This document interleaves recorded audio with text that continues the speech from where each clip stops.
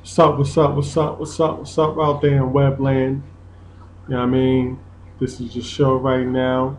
Off Your Chest Sports Talk. Off Your Chest Sports Talk starring me, CP. You know what I mean? No intro music today. You know what I'm saying? Just gonna get right into it. You know what I mean? And want to show you outside, represent my local area today. You know what I mean? Los Nets, now the Brooklyn Nets. You know what I mean? You know what I mean? I represent the hometown squad. You know, once in a while. You know what I mean? Show my support to your hometown teams. You know what I mean? And we're showing the support of our hometown teams. Want to get into that OKC LA game last night, looking kind of right. We dig. You know, that stadium was bonanzas last night, yo. I just got tweeting last night, yo. Electricity is in the building out there, yo. And now, yo, Russell Westbrook, he was on fire last night. He was on fire. He played in the games that they won. He played like like he was supposed to. You know what I mean? Because LA, their guard play was just, you know what I mean, too small and not as fast as Russell Westbrook. So he was supposed to dominate. He was supposed to dominate. Now in the next series playing San Antonio, it's going to be Kevin Durant time to dominate because there's nobody on San Antonio that can, um,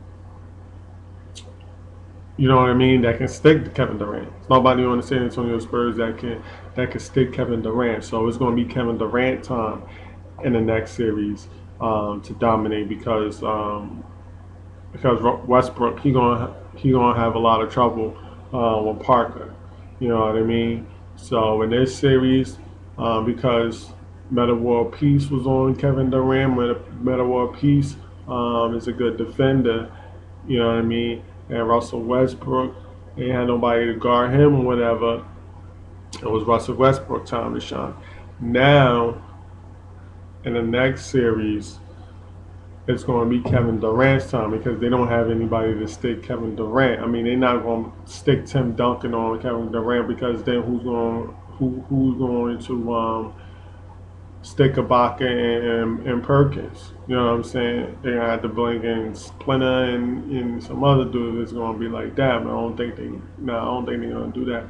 I mean, they probably going to put that rookie on him, Hill, whatever I think his name is, and Kevin Durant is much bigger, taller, and longer than him. You know what I mean? He a rookie. Kevin Durant should go out there and straight school him. But it's going to take the mindset of Russell Westbrook to not jack up shots, to not turn the ball over, and to not always be looking for his shot, but be looking to get Kevin Durant involved in the game more. Is how they gonna beat the Spurs. You know what I mean? If Russ Westbrook out there trying to do everything or whatever, you know what I mean? Russell in this series, Kevin Durant should definitely have more points if you taking more shots than Russell Westbrook. That's the only way they're gonna win the game. You know what I mean? You know what I mean? But thing I want to get off my chest, man. Same thing I want to get off my chest before is everybody talking about some. Oh, the Lakers should be up. Should have been up 3-1 and this and that. Like, come on, man.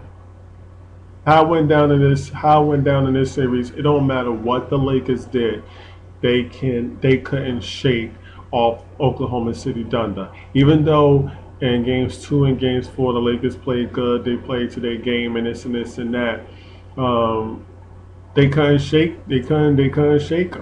They couldn't shake them. I mean, even in Game 3, they really couldn't shake them. It's just that in Game 3 they closed the game out better than they did in Games 2 and Games 4. In Games 2 and Games 4, Kobe made mistakes. He's done. Andrew Bynum didn't show up. They might as well ship him out. You know what I mean? Like as long as LA has Mike Brown as a coach, Andrew Bynum is never going to give his full, never going to give his all. He's just not. You know what I mean? He's not going to give his full. He's not going to give his all. Andrew Bynum doesn't like um, Mike Brown. And I think honestly, Andrew Bynum is growing a little tired of Kobe because Andrew Bynum wants to be a dominant center. You know what I mean? Like he wants to be the Shaqs and the Dwight Howards of the world. You know what I mean? And I honestly, I think he got the potential to do it. Andrew Bynum is nasty. He's lethal. You know what I mean? When he gets the ball in the he always gets good post up position. He gets the ball. He always spreads out when he gets the ball. He makes himself, you know what I mean, bigger. You know what I mean by spreading out, and he has pretty decent footwork. The only problem I have with him is that he gets too low. You know what I mean? And him getting too low is taking too much time for him to develop his move, develop his shot in the post. You know what I mean? He needs to get low, but not that low to where he's bent all the way the fuck over. You know what I mean? He just needs to stand there, stick his butt out a little bit, and get wide and call for the ball. Move his arms like this and call for the ball. You know what I mean? Put the defender where he wants him to go. You know what I mean? Not getting low because by him getting low, they're pushing him out. You know what I mean? Because it's getting too low. But that's what I want to get off my chest, man. Kobe, he's done in the game. Kobe is a. You see, being a good competitor is good, but it's bad because being a good competitor brings out the suckiness in people. You know what I mean? Like it brings out the babiness, the attitudes and all this, like the flamboyantness. You know what I mean? Like you know what I mean? Like the shrug the shoulder type. You know what I mean? Because Kobe like, oh, this is not the Bulls beating the Pistons and the Pistons disappearing forever. But actually, it kind of is. You know. Actually, it kind of is. It kind of is. Oklahoma City is the next team running. As long as they keep that team together just the way it is and bring in the right pieces, that's the next team running. And the only way that y'all gonna have a chance is if you get rid of Bynum or Gasol.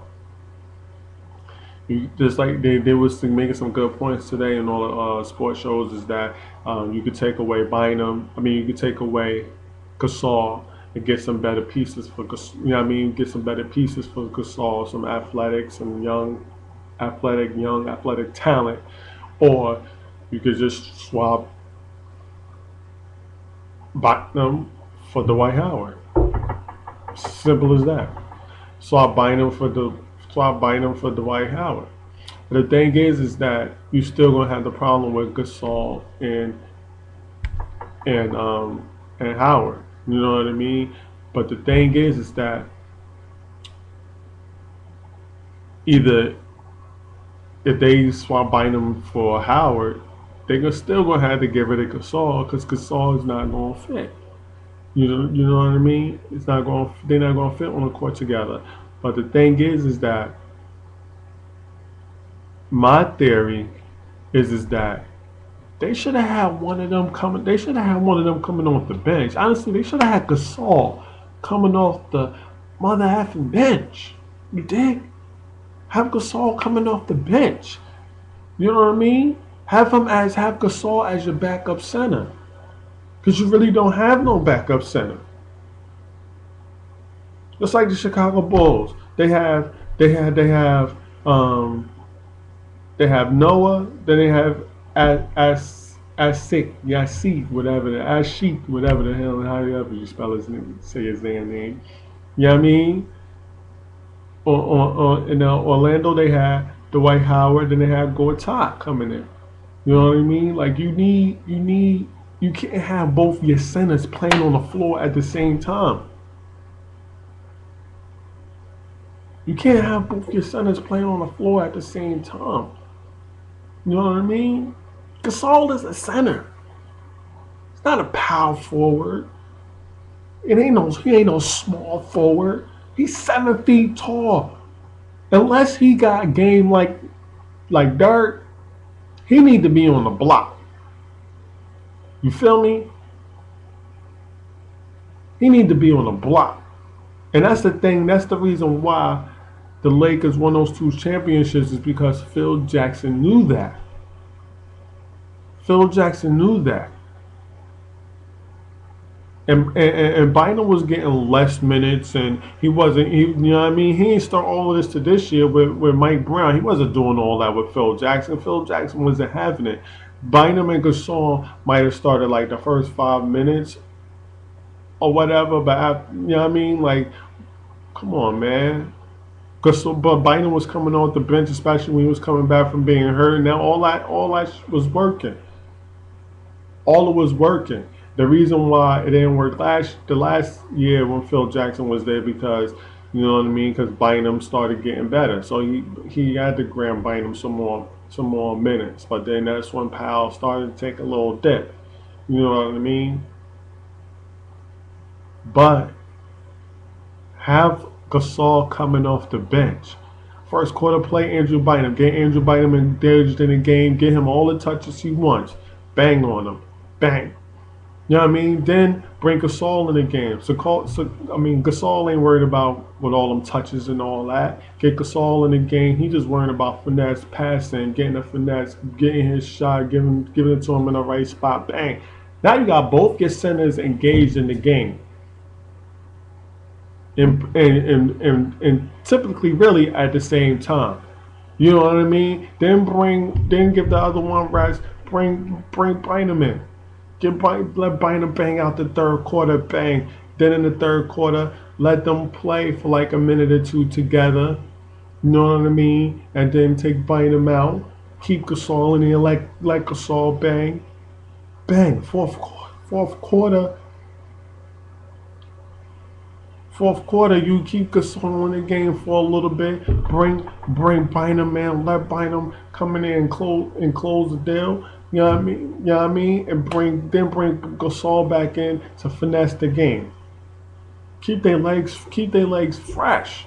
Have you know what I mean? You going but by putting one of them on the bench, you keeping one of their legs fresh. You got legs fresh. You got a fresh center coming off the bench, and you're going to have both of them involved in the game, so they won't be BIing. You feel me? This is the problem, yo. People is, these coaches is scared to, get up in these players' faces. Get up in their face, man. You the coach. You the teacher. They the fucking students. You know what I mean? Get up in their face. Tell them like it is. You the boss. Shut it down. No, you coming off the bench because I say so. If you don't like it, you can go somewhere else. We gonna win a championship over here. If you want to get on board with winning a championship over here, then this is how it's got to be done. No disrespect, but you're gonna come off the bench. We're gonna see how it works. You know what I mean? If it blah blah blah blah, then we'll change it up. We're gonna make it happen. But we trying to win championships over here. James Harden, he know he a starter. But Scotty Brooks went to him like, listen, this is this and this, this and this and this. Suck. Took that role. Jason Terry is a starter. Carlisle, you know what I mean? Carlisle and all people before Carlisle always kept Terry coming off the bench because he sparks. He could start if he want. If things is going good, if somebody playing good, you could bring him in early and all that. You dig? Come on, man. These coaches gotta start manning up. That's why they're getting hacked. Because they not manning up. Being coaches. You feel me? All these players is making all this type of money. And they act like babies, man. Instead of listening to your coach and playing the game, yo. You know what I mean? I'll take a brief intermission, yo. Be right back with part 2, man. Get me hyped up out here.